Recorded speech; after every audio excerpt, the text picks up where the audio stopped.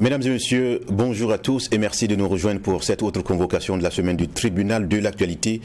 Ce rendez-vous sont donc jugés les faits majeurs de l'actualité entre approbation et condamnation, confirmation, vérité, dénégation, pour que rien ne soit jugé, soit traité sans jugement conséquent. Merci encore une fois de votre fidélité et bienvenue à Watt FM également sur True TV. Bienvenue au tribunal de l'actualité. Ce matin, commençons par vous partager cette pensée de l'homme politique socialiste français Jean Jaurès qui dit ceci: la paix n'est qu'une forme, un aspect de la guerre n'est qu'une forme, un aspect de la paix, et ce qui lutte aujourd'hui est le commencement de la réconciliation de demain. Bonne méditation en cette journée du 14 janvier 2021. Bienvenue au tribunal. Mon nom est Loukman Sanfo, président du tribunal de l'actualité. Disons bonjour au juge au siège Ben Abougma. Bonjour président, bonjour madame, messieurs. Bonjour également à l'équipe de réalisation de cette émission du jour. On espère que tout à l'heure, Geoffroy va en tout cas nous rejoindre dans ce studio. Alors, encore une fois, comme annoncé, vous le savez que la nouvelle équipe gouvernementale est appelée donc à mettre en œuvre les 10 chantiers du président du Faso, Roch Kaboré, élu le 22 novembre dernier. La réconciliation, on le constate, est une priorité des priorités du président du Faso, inscrite donc dans son programme politique. Et on apprend donc que les premiers moments de son gouvernement seront axés sur la question de la réconciliation. Et pour ce faire, d'ailleurs, il a créé le portefeuille du ministère d'État auprès de la présidence du Faso. Et vous le savez, le poste échoua à l'économiste Dr Zéphirin Diabré, précédemment chef de file de l'opposition politique, qui sera d'ailleurs installé ce jeudi même. On va donc ce matin parler du personnage qui va donc conduire les Burkinabés à cette fameuse réconciliation et aussi de la pertinence même de la question tant évoquée. Et déjà, vous avez vu le Premier ministre Christophe Dabiré qui a reçu en audience les présidents du Haut Conseil pour la réconciliation et l'unité nationale, le HCRUN, et également du Haut Conseil du dialogue social. On apprend effectivement que la question de la réconciliation a été au centre des échanges sans la présence donc du ministre d'État. Quelle lecture peut-on en faire? Pour en parler, nous avons le soutien donc de Lionel Bilgo, consultant média, directeur Afrique de Téménis Média. Bonjour. Bonjour. Merci de nous rejoindre encore. C'est un plaisir. Mesdames, Messieurs, voici les avant-propos, la première partie.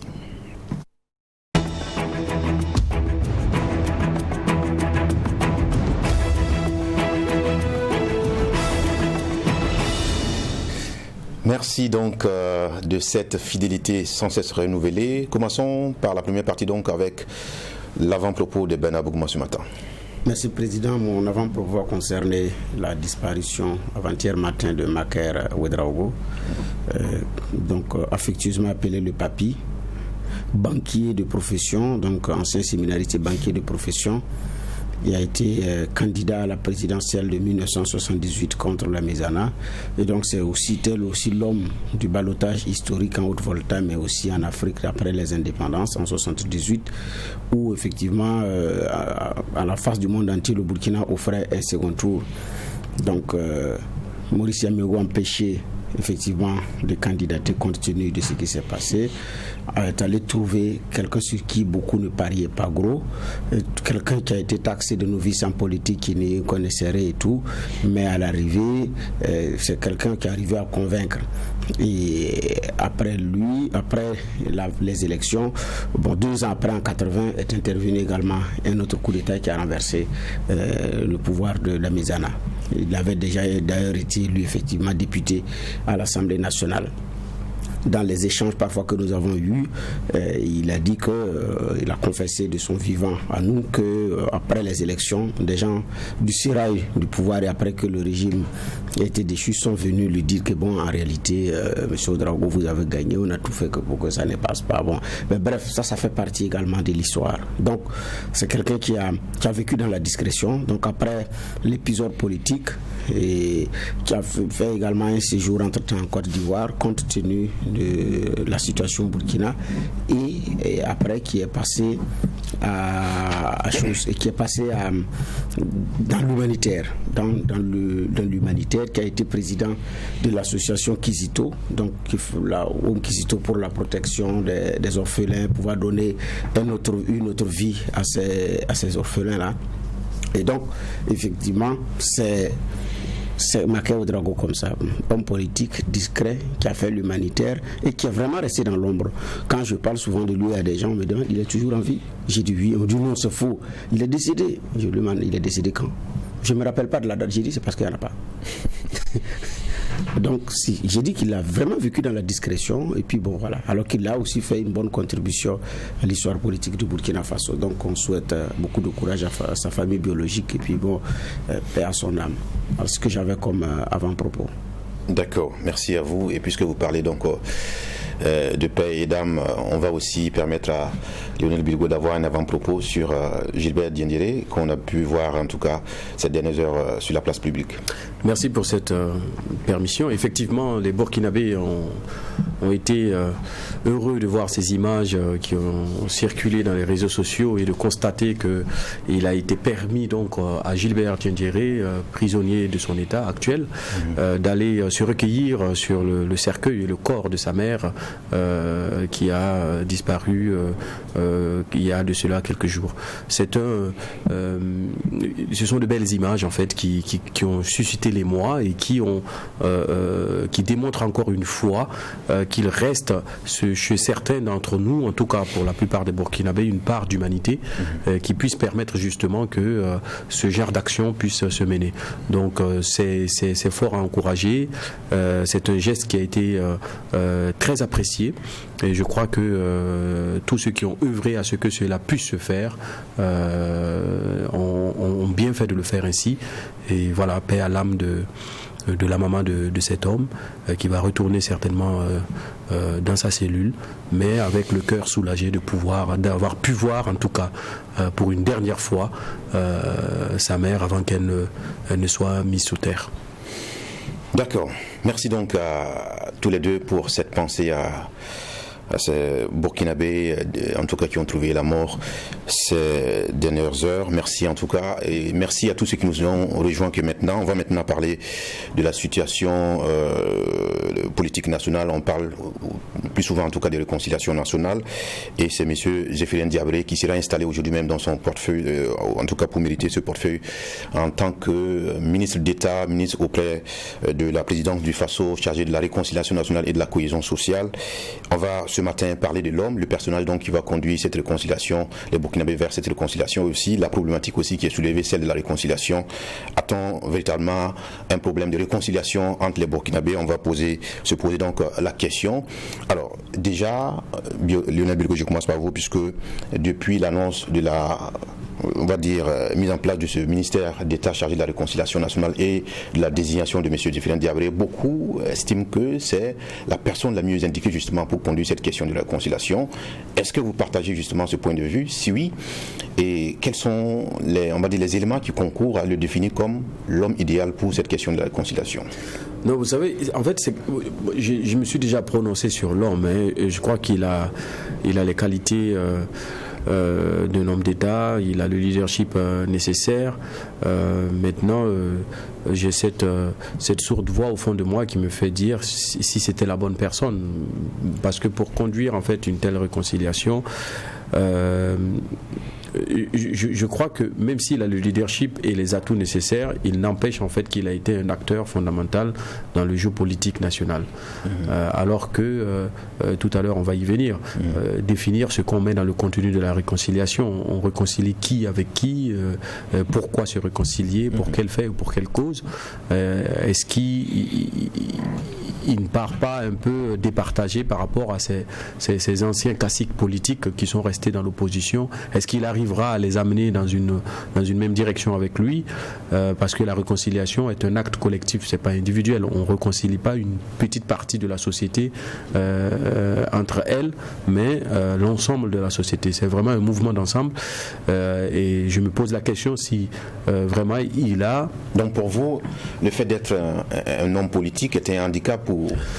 C'est comme s'il partait avec la casquette de juge et parti quelque part, si vous voyez ce que je veux dire. Et d'ailleurs, je crois que dans son discours d'hier, lors de sa conférence de presse, j'ai bien aimé, il a commencé par demander pardon à tous ceux à qui il aurait fait subir un tort quelconque durant son exercice en tant qu'opposant, en tant qu'homme politique, et également pardonner tous ceux qui lui ont fait des torts durant ces éléments-là. Donc il cherche un peu, si vous voulez, la tunique blanche pour pouvoir justement mener cette question de réconciliation. Il faut être en paix avec soi-même et en paix avec les autres pour conduire cette réconciliation-là. C'est pas une phrase anodine dans son discours. Elle a sa place et ça explique un peu ce que je suis en train de dire aujourd'hui, le fait qu'il ait été acteur fondamental dans ce jeu politique national et que cela pourrait peut-être en tout cas créer quelques grincements. C'est à lui d'aller puiser au fond de lui les ressources nécessaires, l'humilité nécessaire pour aller dialoguer avec ceux qui semblent être distants de ce processus, du fait que ce soit lui qui le porte. Et maintenant, c'est trop tôt de dire qu'il va échouer ou que ça va marcher. Pour cette question de réconciliation, souhaitons que ça marche. D'ailleurs, c'est un vœu cher à tous les Burkinabés. Oui, bien puisqu'on parle du personnage, est-ce que pour vous, le succès de la mission est lié à la personne qui conduit donc, à qui échoua ce poste donc de ministre chargé de la réconciliation nationale? En partie, oui. En partie, oui, parce que quand la personne n'incarne pas de la confiance avec tous les autres camps, quand c'est une personne qui est clivante, qui est un peu plus dans le style bagarre, ça ne peut pas marcher. Donc la personne y est pour quelque chose. La sincérité également des acteurs pourra contribuer, comment on appelle ça, pourra contribuer.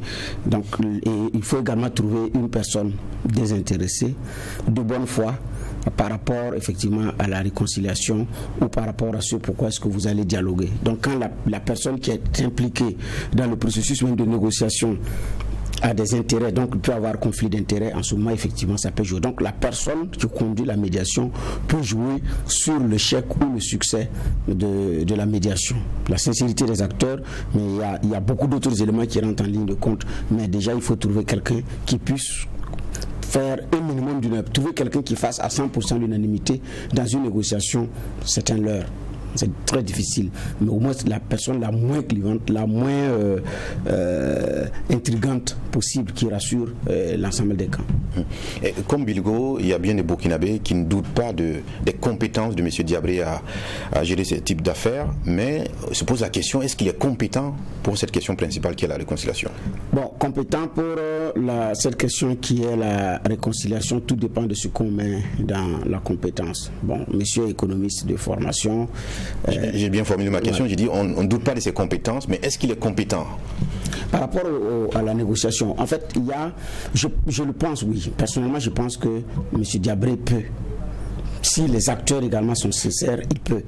Parce que l'avantage qu'il y a sur le plan humain, je ne crois pas que M. Diabré ait des problèmes personnels avec certains éléments de la classe politique burkinabé à telle enseigne que c'est difficile qu'ils soient dans la même pièce ou de se serrer la main. Il y en a qui ne se serrent même pas la main. Je ne pense pas que tout le monde partage votre point de vue. Il y en a quand même qui estiment qu'il a eu des problèmes à fédérer les partis au sein de l'opposition, qui a entraîné la naissance d'un regroupement comme l'ONA, ou des partis qui sont même pas, qui se reconnaissent pas à l'opposition, ou qui sont dans l'opposition mais qui ne se sentent pas concernés par cette question des cadres de concertation et autres. Mais ce n'est pas un problème de personne. Non, ce n'est pas un problème de personne, ce n'est pas la personne de M. Diabré, c'est le style de fonctionnement du chef de file de l'opposition tel que déposé par notre État que ces personnes récusent. En l'occurrence, l'une des principales personnalités qui ne partage pas cela, c'est M. Herman Yamego. Et c'est même avant que M. Diabré n'arrive, donc ce n'est pas la personne. C'est beaucoup plus un mode de fonctionnement. Et quand l'ONA a été créé, ils n'ont pas dit M. Diabré est incompétent, M. Diabré est ceci. Et les fondateurs de l'ONA n'avaient pas de problème avec le cadre de concertation. Paul Souma n'a pas de problème avec le cadre de concertation. Aristide n'en a pas. La seule personnalité qui a des problèmes avec le cadre de concertation, c'était Ablassé Ouedraogo. Mais Aristide a démissionné du cadre de concertation. Aristide a démissionné du cadre de concertation après la crise de sa suspension provisoire par le ministère en charge de la gestion des partis politiques, parce qu'il a dit que M. Diabré lui a permis d'animer une conférence de presse. Après, ça n'a pas marché. Il a dit, comme on appelle ça, à monde politique, il a estimé que l'ancienne façon de faire, ce sont des amis qui continuent de gérer.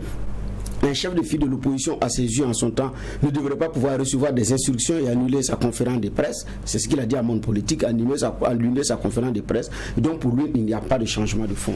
Mais après, il passe à autre chose. Donc il n'a pas voulu combattre de l'intérieur, il s'est décalé à l'ONA. Et quand le professeur Souma est arrivé ici et est venu à l'émission du tribunal de l'actualité, il a dit ce n'est pas un problème de personne. Il dit la loi dit, vous écrivez pour dire que vous êtes à l'opposition, vous êtes à la majorité, mais la loi ne vous oblige pas aussi à y aller. Et la loi n'a pas dit que vous ne pouvez pas vous organiser autrement. La lettre ne l'a pas dit. L'esprit ne l'a pas dit. Sauf que la lettre dit que le porte-parole attitré de l'opposition, c'est le chef de file de l'opposition. Au moins ça c'est écrit. Mais on ne vous dit pas de ne pas vous organiser autrement en opposition. Ça n'est pas dit. Donc, il a utilisé les éléments de droit pour effectivement mettre en place l'ONA. Mais ce n'est pas en soi un problème de personne où c'est la personne qui fâche, où on dit si c'est lui qui va être chef de file de l'opposition, je n'y vais pas. Certains disent chef de file de l'opposition, quelle que soit la personne qui va y être dans le fonctionnement actuel, je ne me reconnais pas là-dedans. Mais maintenant, il y a un cadre de concertation des présidents des partis politiques à l'intérieur qui fâche certains, mais qui existait avant d'ailleurs. Et donc, il dit que ne peut être effectivement président, membre, donc assister aux rencontres, que quand vous avez des députés qui siègent à l'Assemblée et qui votent à l'opposition. C'est ce qui a bloqué le docteur Ablassé Ouedraogo, dont le seul député siégeait dans Burkina, donc votait pour la majorité. Et c'est ce qui l'a bloqué. Et les autres présidents partageaient également ce regard. Parce que Zéphirine Diabré n'était pas seul dans ce cadre de concertation. Il y avait le CDP de Odi Kombogo, la DFDA de Gilbert Noël Ouedraogo, l'espoir de Jean-Hubert Bazier, le PRIC Lanaya de Mamadou Cabré, et bien d'autres partis politiques. Le MPS de Zidane Ouaïra sont venus après, ils sont dedans. Le MCR de Tahirou Bari avec Carlos Toro, ils sont tous là-dedans. Personne ne l'a contesté. Donc ce n'est pas tant. Et après, je n'ai pas également appris que ceux qui ont travaillé avec M. Diabré, à moins d'avoir fait du politiquement correct, je ne crois pas que les autres membres du chef de file de l'opposition, donc le président des partis qui ont travaillé avec lui, ont aussi eu des problèmes de personnes avec lui. Maintenant qu'en tant que président du chef de file de l'opposition, qui n'a pas réussi à fédérer toute l'opposition burkinabé dans un même regroupement, ce n'est quand même pas faute d'avoir essayé. Souvenez-nous qu'au Mali, Soumaïla Cissé n'a même pas réussi ça aussi. Ce n'est pas seul au Burkina. Mais M. Diabré a tenté. Il a quand même tenté. Ils ont signé ensemble, comme on appelle ça, un accord pour l'éventualité d'un second tour. Mais Monsieur le Président, dans la période d'avant, résultats confirmés, pas confirmés, quand les résultats provisoires sont sortis, ce n'est pas le lecteur du communiqué qui a été le premier à aller féliciter le candidat élu, alors qu'il disait que l'opposition se réserve le droit d'intenter des recours par rapport à l'élection. Et ce jour-là, combien qui ont été signataires qui ont été chez le président Rochmar Christian Kaboré, le président élu en son temps, Ablassé Ouedraogo, Tahirou Bari, ils sont tous signataires de cet accord-là. Au moment où ils étaient en train de réfléchir, ils avaient même instruit les juristes de l'opposition de rédiger le recours. Ils ont été instruits de rédiger. Il fallait maintenant se retrouver, relire et puis signer. C'est ce qu'ils n'ont pas pu faire, mais ce n'est pas le seul. Donc ce n'est pas faute de n'avoir pas essayé, mais à l'intérieur, il y a que, comme c'est des hommes politiques, les uns et les autres vont par calcul, par opportunisme, et donc je pense qu'il y a cette réalité aussi qui est là. Donc ce n'est pas tant sa personne, mais c'est une organisation. Mais il y a d'ailleurs même pas que les suspicions d'un problème de management au sein du CFOP, il y a aussi ceux qui sont les partisans de Blaise Compaoré aujourd'hui, qui voient d'un mauvais œil le fait que M. Diabré était à la tête de ce mouvement qui a donc conduit à chasser Blaise Compaoré du pouvoir. Est-ce que avec cette réalité-là, il est l'homme aussi qui peut être le point d'alliance pour le dialogue? Je pense que s'ils ont pu accepter aller siéger à l'opposition avec lui et comme on appelle ça, engager des mouvements ensemble, signer un accord pour un second tour éventuel où c'était M. Diabré, si M. Diabré allait être au second tour et qu'ils allaient le soutenir, je pense quand même qu'ils ont dépassé ce cap-là. Et puis ils se disent quoi, c'est un combat politique, c'est une politique, on a perdu, on regarde, on va vers, c'est l'avenir, on cherche. Donc s'ils vont dans ces conditions, disent bon écoutez, c'est vous qui nous avez fait tomber, ce n'est pas la peine, on ne peut pas venir encore parler avec vous. Je pense que ceux qui ont véritablement même contribué à ce qu'ils tombent, c'est ceux qui sont au pouvoir, comme on appelle, ce sont leurs anciens camarades. Ils n'ont pas pu régler leurs propres contradictions à l'intérieur. Au moment où M. Diabré conduisait l'opposition burkinabé, et un 109 est venu apporter de l'eau à son moulin. Donc la réalité aussi, c'est qu'ils doivent s'interroger à l'intérieur, faire leur propre introspection pour dire à partir de la nouvelle donne comment on rebondit. Parce qu'on a également un président d'honneur qui est de l'autre côté pour communiquer avec les militants, c'est par lettre ou par téléphone. Est-ce qu'il faut continuer? Qui est aussi un ancien président donc je ne pense pas que le CDP va se prévaloir de ça et refuser une main tendue. Et regardons également le personnel politique. Ce sont des vieux amis, des vieux copains. Certains sont des témoins de mariage d'autres sont les parrains des baptêmes des enfants d'autres sont ceci, cela. Il y en a qui doivent leurs épouses parce qu'il y a eux qui est intervenu pour négocier. La réalité, c'est que le social, le côté humain les unit plus que le côté politique. Hein. Et ce qui est rompu d'ailleurs, c'est le lien politique. Tout le monde, et même là, c'est pas évident pour tout le monde. Il y en a qui continuent de se voir, qui continuent de prendre leur verre traditionnel ensemble. Mais maintenant, sur le plan politique, là oui. Donc, ça dit que je pense que ce côté humain, ce côté social étant plus fort et plus développé, qui implique les amis, les parents, les enfants, les épouses, les épouses sont également amis. Il faut parler à ton mari, s'il te plaît, dis à ton mari ceci. Donc je pense qu'il y a ce côté humain, là, ce côté social qu'il ne faut pas perdre de vue. Donc je ne pense pas qu'on puisse être dans une situation où la corde est suffisamment tendue, suffisamment raide, à telle enseigne qu'on n'arrive pas à se parler. Je ne crois pas. D'accord. On l'aura compris, parler de réconciliation nationale, ce n'est pas faire le procès de M. Zéphirin Diabré. De cette question même de la réconciliation, d'aucuns estiment que ce n'est pas une question nouvelle, même pendant le premier mandat du Roch Kaboré, il y a des structures comme la CODER et bien de personnes qui embouchaient justement cette trompette de parler de réconciliation. Mais il y a aussi ceux à côté qui estiment que c'est un faux débat, c'est une question d'arrangement politique entre des acteurs qui se connaissent, que les Burkinabés n'ont pas véritablement un problème de réconciliation. Est-ce que vous partagez cette façon de voir les choses? Non, et d'ailleurs, la question de la réconciliation n'a même pas commencé sous le régime Roch Marc Christian Kaboré. On en parlait déjà au Burkina Faso depuis 1995 jusqu'en 2001, le 9 mars, avec cette journée de la réconciliation qui a déjà eu cours et lieu dans notre pays. Par contre, moi je pense en tout cas qu'il faut être vraiment myope pour ne pas voir qu'il y a une fracture sociale dans notre pays. Et donc un besoin de nouveau pacte social, un besoin d'expression de nos douleurs, de nos peines, et un besoin vraiment de réconciliation. Je crois très sincèrement que le Burkina a besoin... Vous dites qu'il y a visiblement une fracture sociale. Comment on peut détecter justement cette fracture-là? Regardez déjà, pour la première fois dans l'histoire de notre pays, autant de morts pour des guerres ethnicistes, des conflits ethnicistes. Si les Burkinabés s'enrôlent aux côtés de certains djihadistes pour attaquer le Burkina, c'est qu'ils n'ont plus confiance en cette nationalité, ne se reconnaissent plus comme Burkinabés. Ce sont aussi des victimes de mon point de vue, quelque part. Et aussi le régionalisme qui prend de plus en plus d'ampleur et de terrain, ancré dans notre société. La religion parfois aussi.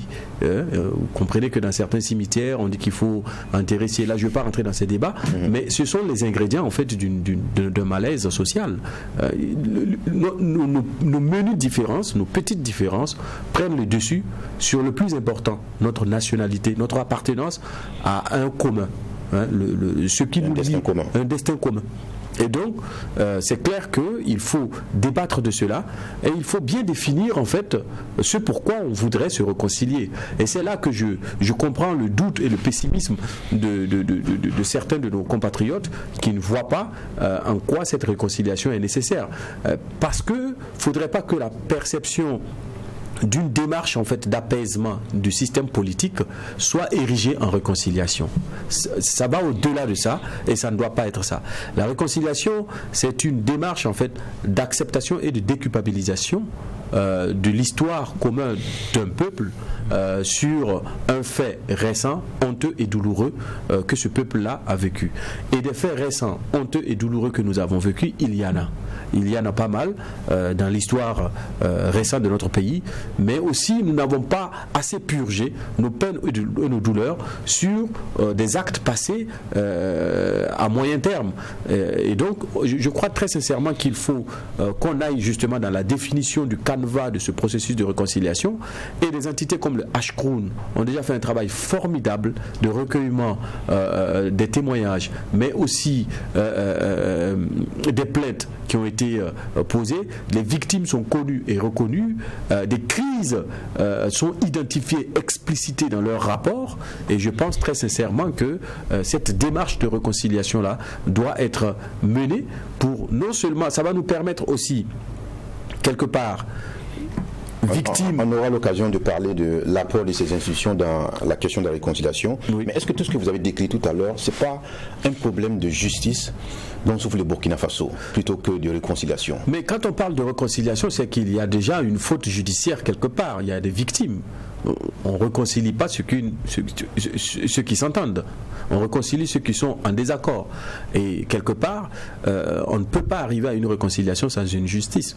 Aucunement. Quelle que soit la forme qu'on va prendre.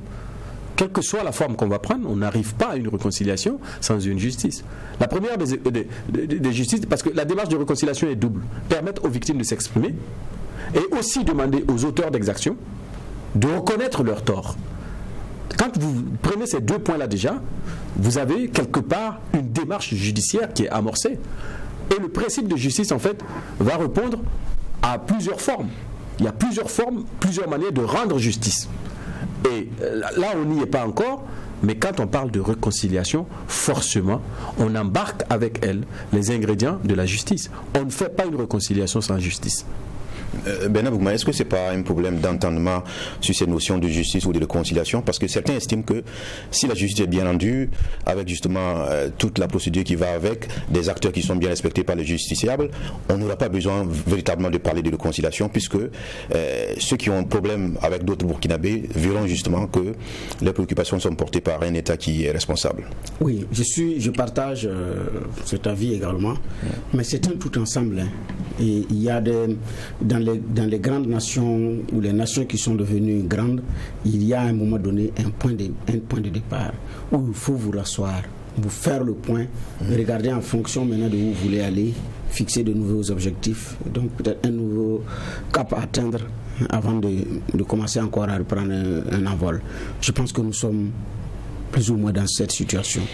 Donc une justice classique qui peine effectivement à réconcilier les Burkinabés, donc qui a à son actif également des exploits où des dossiers sont jugés avec célérité, mais où des dossiers également dorment dans les tiroirs pendant longtemps, qui cristallisent les passions, qui énervent les uns les autres pour rien, et certains en font d'ailleurs un business. Parce que c'est un dossier qui n'est pas vidé. La réalité aussi, donc, elle est là. Alors, qu'est-ce qu'on fait de ces dossiers-là?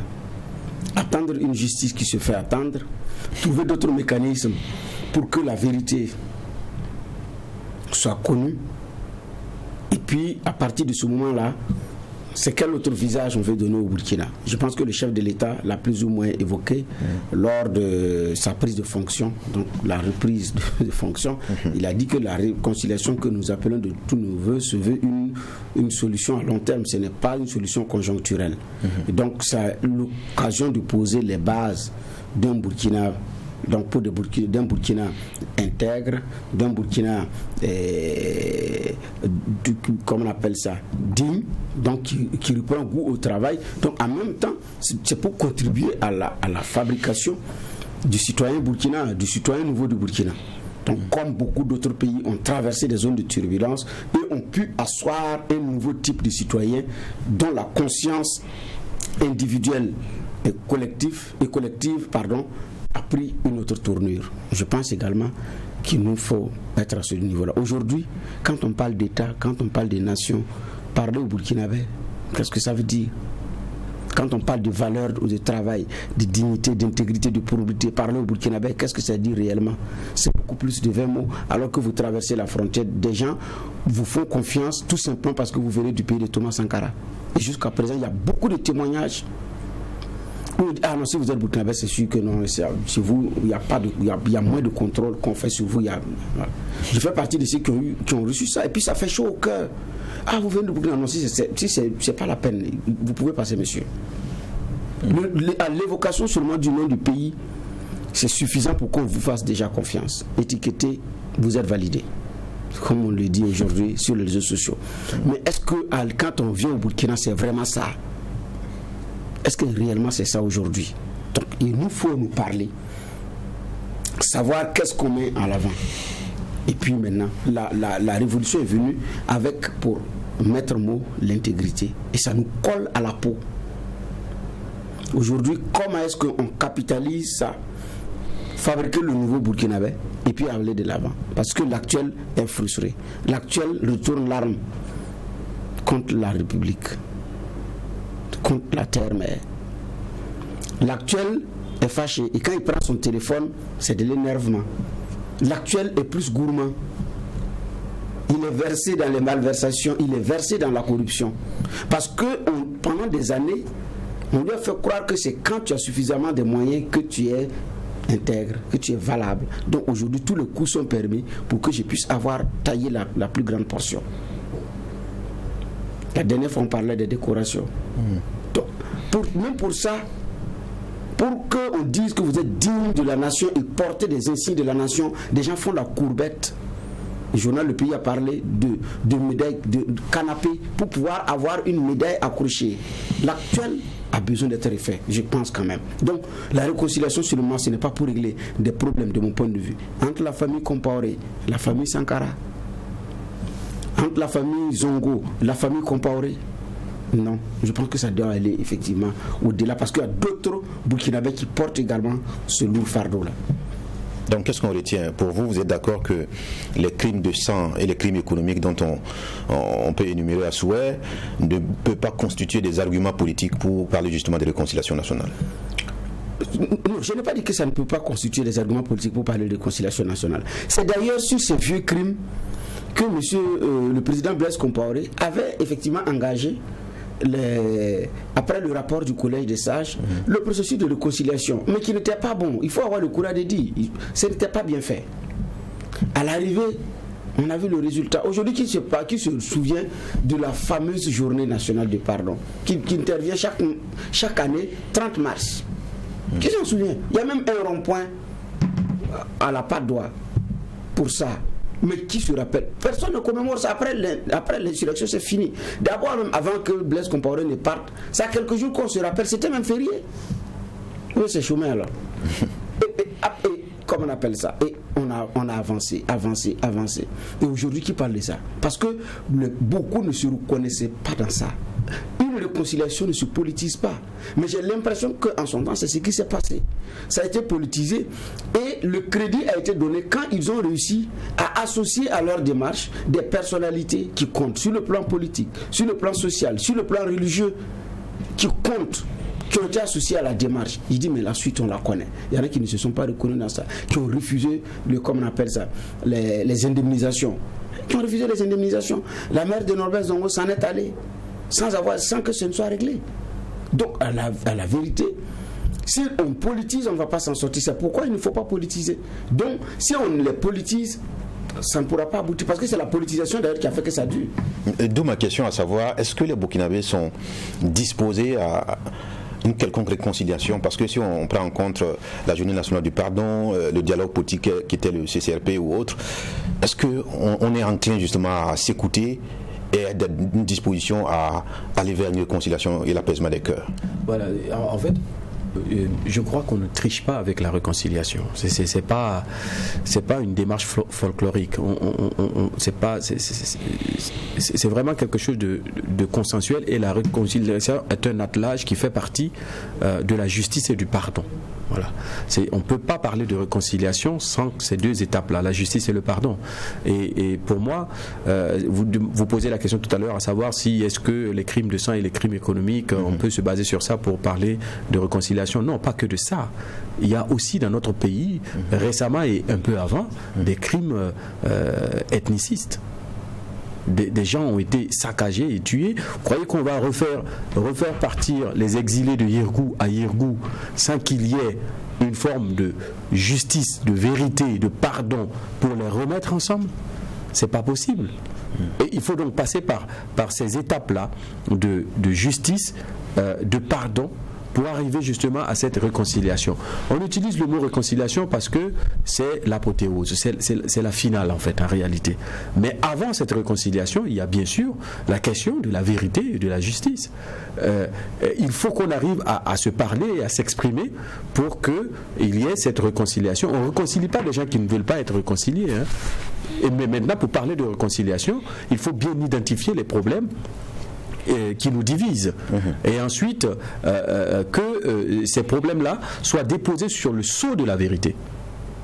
Et une fois que c'est fait, bourreau et victime accepte de pardonner, bourreau reçoit le pardon, parce qu'avant de recevoir le pardon, il aura dit la vérité sur ce qu'il a pu faire, reconnaître ses torts, avant qu'on arrive justement à cette cérémonie ou à cette symbolique de réconciliation.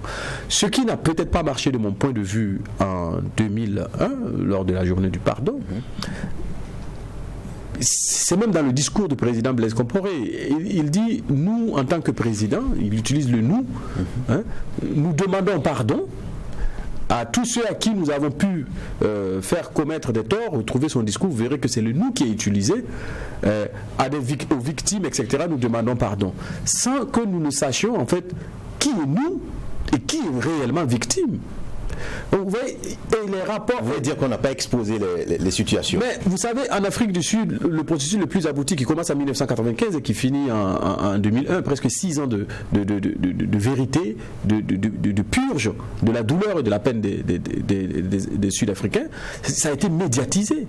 On voyait les bourreaux à visage découvert expliquer, raconter leurs faits dans les moindres détails. C'était douloureux et parfois insupportable pour certaines familles. Ça a été rendu public. Et quand vous voyez ces victimes-là qui vont embrasser leurs bourreaux et tout de fondre en larmes, ça veut dire que quelque chose a été fait.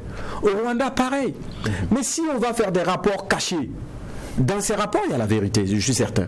Puisqu'il y a des plaintes, il y a des faits qui ont été narrés, étayés, sans qu'on les rende publics, sans qu'on mette des noms sur des victimes et des bourreaux, sans qu'on mette des noms sur des pratiques et des exactions, parce que le but, c'est que les actes d'atrocité ne se répètent plus dans le futur. Pour que ça ne se répète plus, il faut les raconter, il faut les narrer pour que l'histoire attendez, est-ce que c'est parce qu'on n'a pas utilisé la formule sud-africaine ou au Rwanda que ce n'est pas sincère? Non, je ne parle même pas de formule. On aurait même pu faire le principe de la justice classique, mais dans la justice classique, effectivement, il y a des avocats, il y a la victime, il y a les bourreaux, et chacun va raconter. Il y a une purge qui se fait au sein du palais. Est-ce que cela n'avait pas été pris en compte par le collège des sages qui a aussi auditionné des personnes? Est-ce que vous avez vu qui est victime et qui est coupable? Vous, comme moi, vous pouvez citer? Non, moi je ne peux pas vous donner des noms. Je ne peux pas dire qui a vraiment tué Norbert Zongo si tant que sa famille a pardonné. La famille pardonne à qui? Qui a reconnu ces faits? Qui a mis le feu? Qui a mis l'essence? Qui a allumé l'allumette? Je suis au courant de rien. Vous pardonnez quoi? Vous pardonnez qui? Vous savez que vous avez perdu un être cher.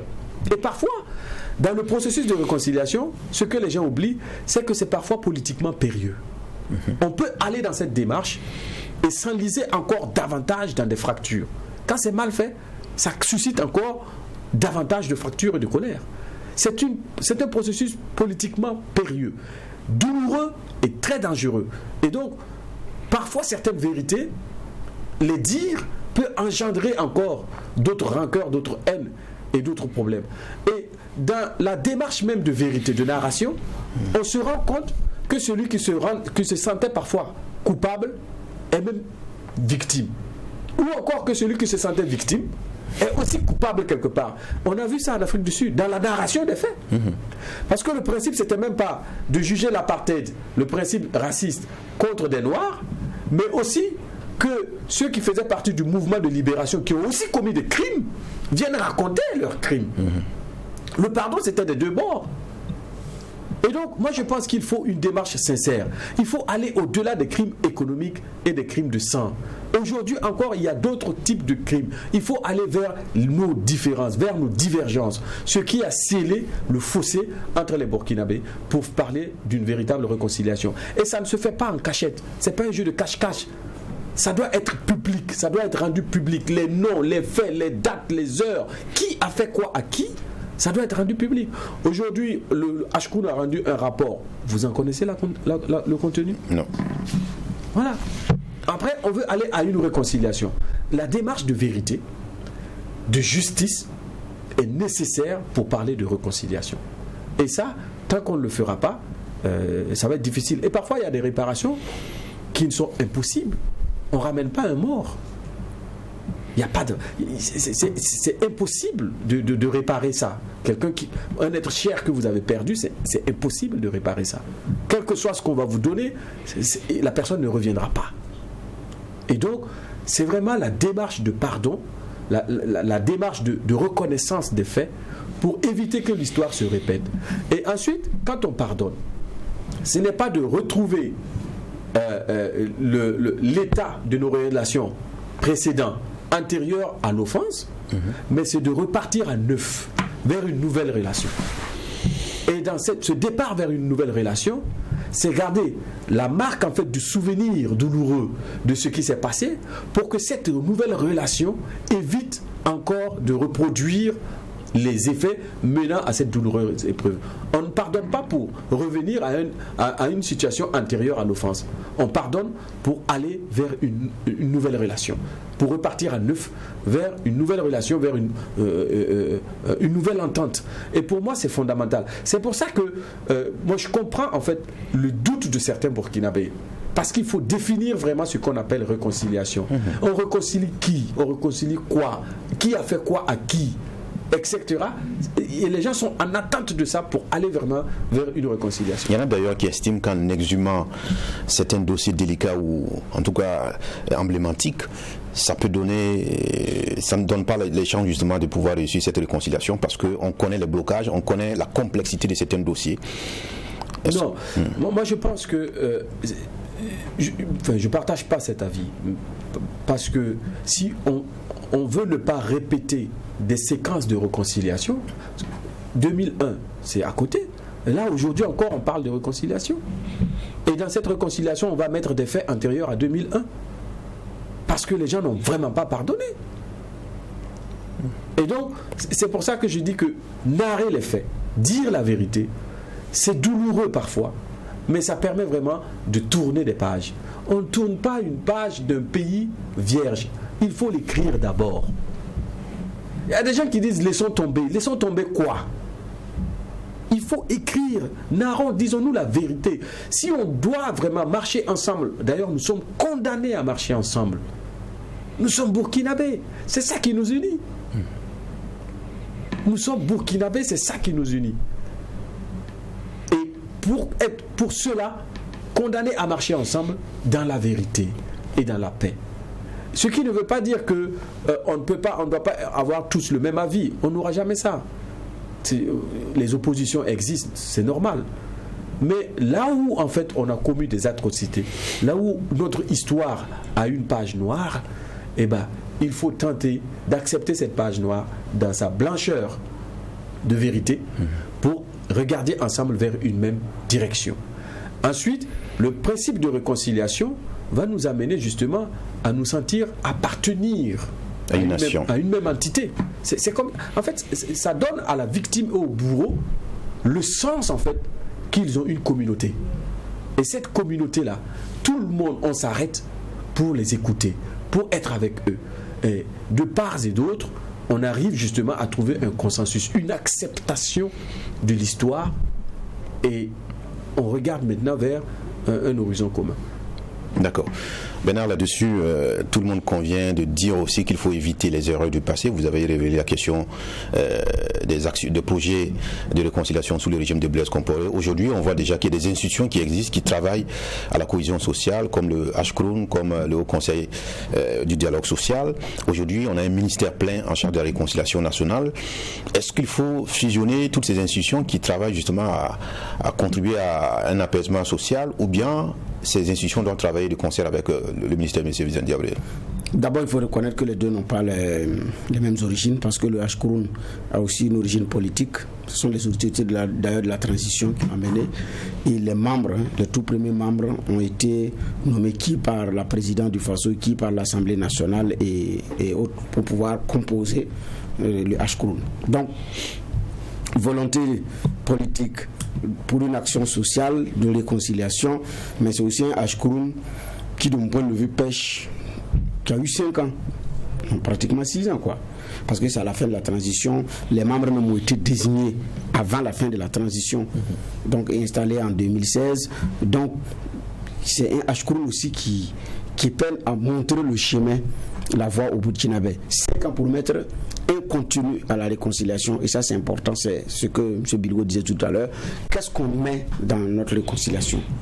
Le contenu exact, c'est ce que nous peinons depuis des années à trouver. Effectivement, des rapports sont produits, comme il a si bien dit, mais vous ne savez pas ce qu'il y a à l'intérieur. Ceux qui ont parlé au collège des sages, là, on ne sait pas qui allait parler. Pendant la transition,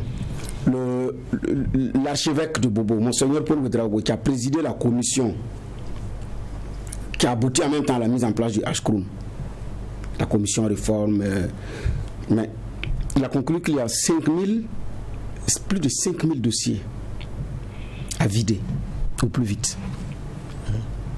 On ne connaît même pas.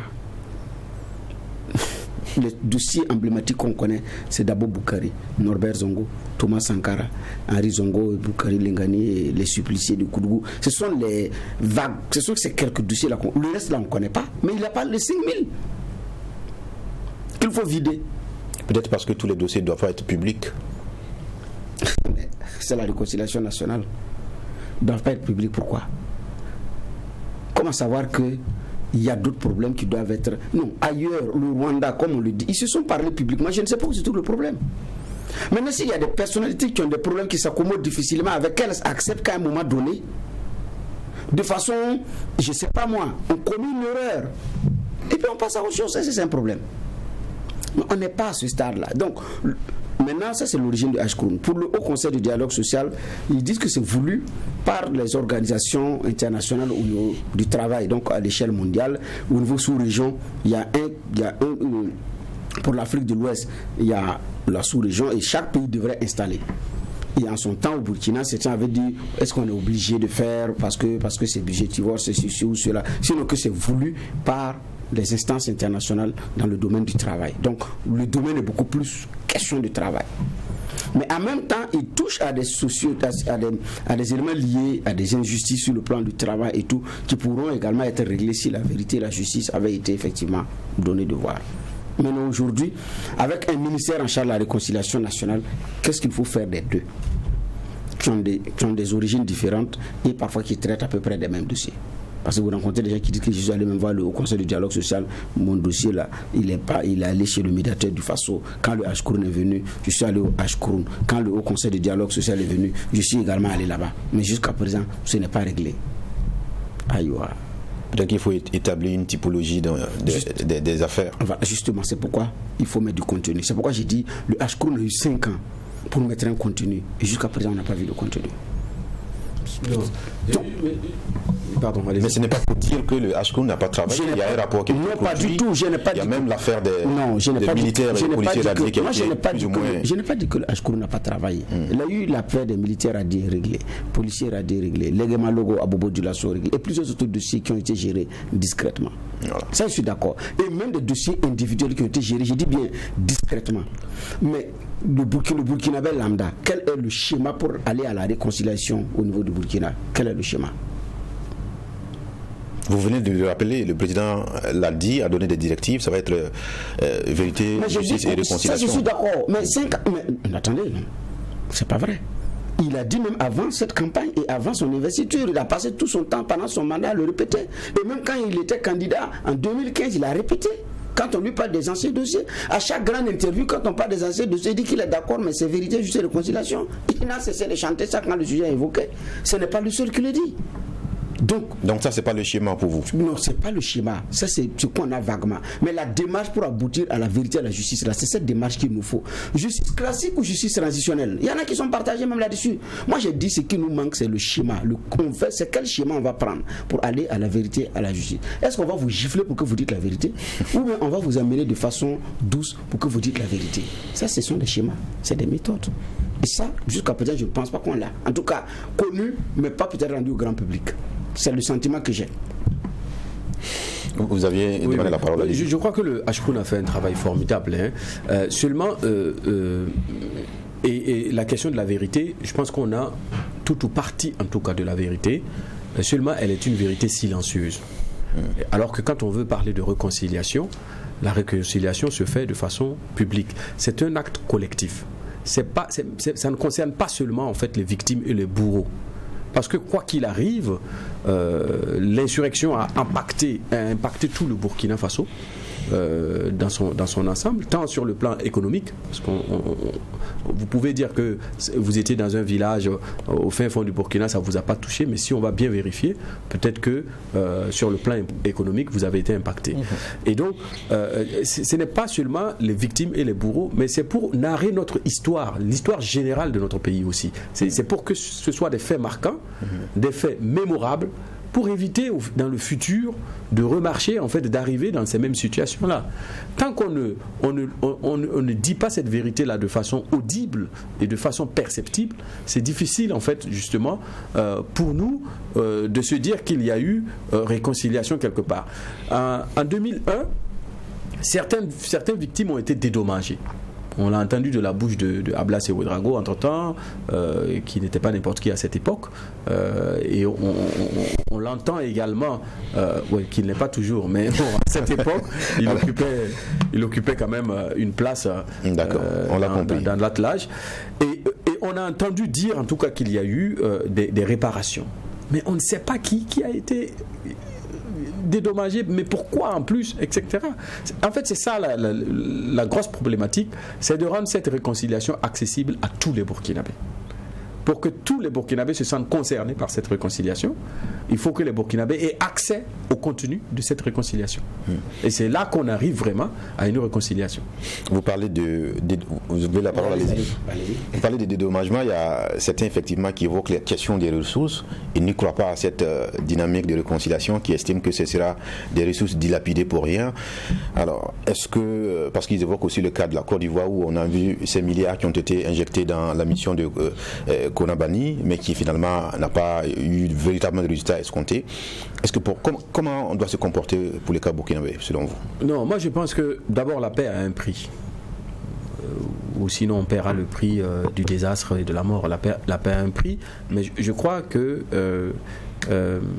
pour le cas du Burkina, on a déjà quand même une base de données conséquente. La narration de notre désir de réconciliation ne date pas d'aujourd'hui. Et la narration des faits ne date pas d'aujourd'hui. Seulement sur certains faits emblématiques, on n'a même pas de nom en fait. C'est-à-dire on n'a pas encore de... On connaît des victimes, mais on ne connaît pas les bourreaux.